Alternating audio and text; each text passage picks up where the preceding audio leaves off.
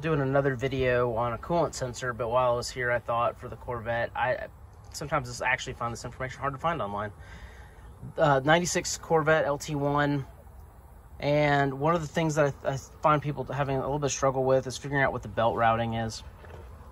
Allegedly, it's printed somewhere on the car. I don't see the decal anywhere anymore, but just to kind of walk through it a little bit. So I'm on the driver's side, so you can see the smooth side of the belt, or I mean, this one's kind of rough, but the non-rib side of the belt is facing out.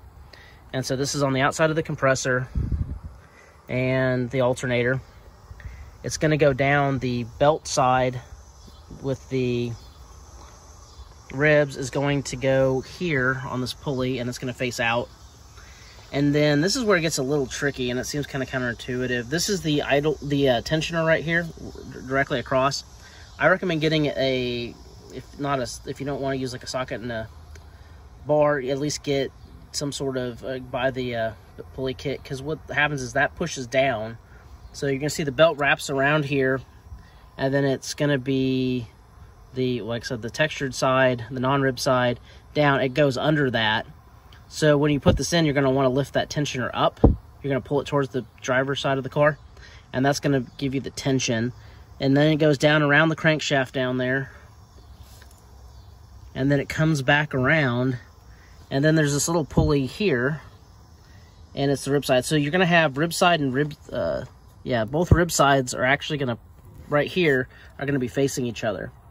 And so when I put this on, the easiest thing to do is to wrap it around the crank, get it positioned, make sure that it's all aligned, pull it around, and then what I do is I basically leave the alternator side of it loose, and then when I pull the tensioner back, I go ahead, and this is the one that I actually tension on.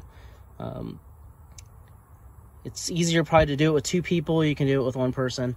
I've had to do it. This is the second time I've had to do it on this car. I don't recommend the 1 year belts. The 1 year belt for me lasted 1 year and like 1 or 2 months before it broke. So I had to do this twice in just over a year.